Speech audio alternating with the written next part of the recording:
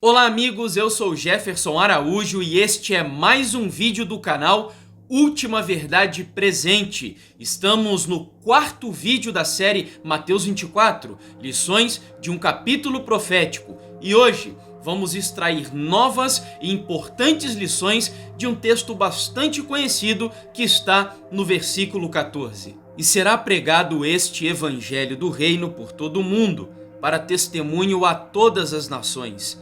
Então virá o fim. Embora esse texto seja naturalmente aplicado aos nossos dias, é válido sempre destacar que Mateus 24 é um capítulo profético, no qual Jesus desvenda uma série de sinais relacionados à destruição de Jerusalém no ano 70 e ao seu retorno.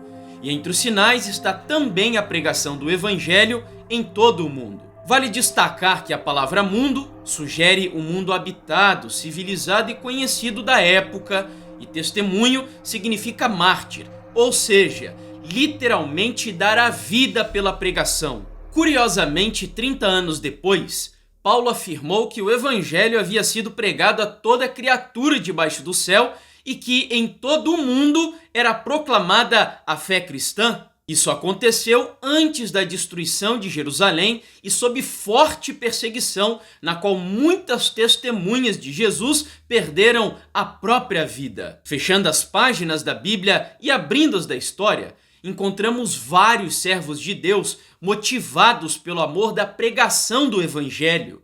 Eu jamais pensaria em ir para a China se não cresse que os chineses estão perdidos e necessitados de Cristo, disse Hudson Taylor. John Knox, reformador escocês, estava tão focado no cumprimento da missão que, ao ser chamado pela esposa para comer, ele dizia: "Como posso comer com o meu povo padecendo? Eu tenho que orar. Ó Deus, dá-me a Escócia ou eu morro." Alguma vez você já orou dessa forma? Senhor, dá-me o Brasil, São Paulo, Rio de Janeiro, Curitiba em minhas mãos ou eu morro? Senhor, dá-me a minha família em minhas mãos ou eu morro? O primeiro missionário da Igreja Adventista enviado oficialmente ao exterior, o pastor Andrews, também era motivado por um zelo fervoroso pela pregação. Nunca me impressionei mais com a importância da obra na qual estamos empenhados no tempo presente.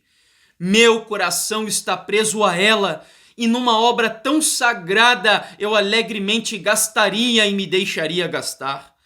Almas estão perecendo, as quais agora estão sendo alcançadas. O tempo para o trabalho é curto e a noite em que ninguém pode trabalhar está próxima. Foi justamente através da dedicação, do sacrifício e, em muitos casos, da entrega da própria vida de homens e mulheres como estes que o evangelho prosperou em todo o mundo. Hoje, são milhares de igrejas, milhões de bíblias traduzidas em mais de 2.500 línguas e dialetos, há missionários trabalhando na janela 1040 e da mesma forma como as vias romanas na Idade Antiga, a imprensa de Gutenberg na Idade Média, as grandes navegações na Idade Moderna e a rádio e a televisão na Idade Contemporânea. A internet em nossa época é um veículo poderoso que acelera o cumprimento de Mateus 24:14 e, consequentemente, nos aproxima do tempo do fim. Mas há um detalhe no texto que não está ali por casualidade. Jesus disse: "E será pregado este evangelho do reino." Este é um pronome demonstrativo. Isso significa que a mensagem a ser pregada não é uma mensagem qualquer, não é determinada pela preferência do pregador ou mesmo do auditório. Este nos mostra que Jesus falava de um evangelho específico, ou seja, o evangelho do reino, não o evangelho da prosperidade, do coaching, da igreja emergente ou pós-moderno, mas o evangelho do reino. E o que isso significa? Significa que é preciso fazer uma distinção entre o verdadeiro e o falso evangelho. Infelizmente, em nossa época, alguns clichês do tipo "Jesus te ama", "Deus tem um plano maravilhoso para a sua vida", "placa de igreja não salva" e alguns outros se tornaram um empecilho para a pregação do evangelho verdadeiro. Para a maioria, o evangelho se resume apenas na graça, no amor, na misericórdia, nas bênçãos e no perdão de Deus. Olham para a cruz apenas como objeto de amor incondicional, sem nada saberem sobre a ira, justiça, santidade de Deus e conceitos como pecado, lei, julgamento, confissão, regeneração e obediência indispensáveis para a compreensão das boas novas. Assim concluo que a maioria dos púlpitos em nossos dias proclamam um evangelho qualquer, mas não este evangelho do reino, conforme dito por Jesus. Concordo com as palavras do pastor John MacArthur. Se você tentar desenvolver um tipo de cristianismo inofensivo, isso não é cristianismo, não é o evangelho. Cristianismo inofensivo não é bíblico.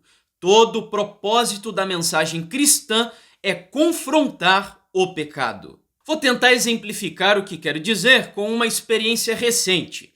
Creio que você vai lembrar do polêmico abraço do Dr. Drauzio Varela na transexual Suzy, de tal forma que não preciso resgatar toda a história. A questão é, por que na discussão muitos cristãos ficaram do lado deles? Eu vi alguns dizerem que o Dr. Drauzio era um verdadeiro missionário, pois estava fazendo o que os verdadeiros cristãos inclusive deveriam fazer. Mas, sinceramente, talvez o fato mais emblemático foi a comparação da experiência mencionada com o diálogo de Jesus e o ladrão na cruz. Para ser bastante objetivo, leia depois Lucas 23, do 39 ao 42, e você verá que o ladrão perdoado reconheceu seu erro e confessou o pecado, enquanto a transexual, que está presa por praticar um ato demoníaco, ganhou um abraço ao se fazer de vítima diante de todo o país. Mas sabe por que os cristãos contemporâneos veem semelhanças em experiências tão opostas? É porque o evangelho mutilado de nossa época não prega sobre arrependimento, confissão e conversão. E por essa razão o amor de Deus é oferecido de maneira errada e compreendido equivocadamente. John Wesley, fundador da Igreja Metodista, diz o seguinte: pela lei vem o conhecimento do pecado. E antes que o homem esteja convicto do pecado, não sentirá verdadeiramente a necessidade do sangue expiatório de Cristo. Não necessitam de médicos os que estão sãos, como nosso Senhor mesmo observa, mas sim os que estão enfermos. É absurdo, portanto, oferecer médico aos que estão sãos, ou ao menos se imaginam assim. Deveis primeiramente convencê-los de que estão doentes. De outra maneira, não vos agradecerão o trabalho. É igualmente um absurdo oferecer Cristo àqueles cujo coração está são, não tendo ainda sido quebrantado. Ellen White também faz o seguinte apelo: o Senhor deseja que seus servos hoje preguem a velha doutrina evangélica, tristeza pelo pecado, arrependimento e confissão. Precisamos sermões à moda antiga, costumes à antiga, pais e mães em Israel à antiga. É preciso trabalhar pelo pecador perseverantemente, zelosa e sabiamente, até que ele veja que é transgressor da lei de Deus e exerça arrependimento para com Deus e fé no Senhor Jesus Cristo. Este é o único e verdadeiro evangelho que todo cristão tem o dever de anunciar por todo o mundo, para que então venha o fim e Jesus Cristo volte para buscar você e levá-lo para morar com ele na Nova Jerusalém. Por fim, Mateus 24,14 pode ser compreendido em sua plenitude ao considerarmos outra citação para a qual somos impelidos, dada a semelhança entre elas. O texto está em Apocalipse 14, versos 6 ao 7. As duas passagens falam do evangelho, da necessidade de pregá-lo e do território de atuação. A diferença é que em Apocalipse 14 encontramos o conteúdo da pregação e sobre este voltaremos a falar nessa série em algum momento posterior. Por ora, o texto de hoje convida você a conhecer o verdadeiro evangelho, este evangelho do reino, e então se envolver na missão da igreja, pois dando o evangelho ao mundo está em nosso poder apressar a volta do nosso Senhor.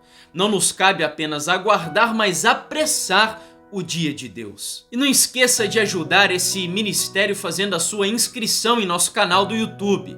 Não esqueça também de ativar o sininho para ser notificado sempre que publicarmos os vídeos. Deixe também o seu gostei, pois isso nos ajuda bastante. E compartilhe esse vídeo com seus amigos nas redes sociais.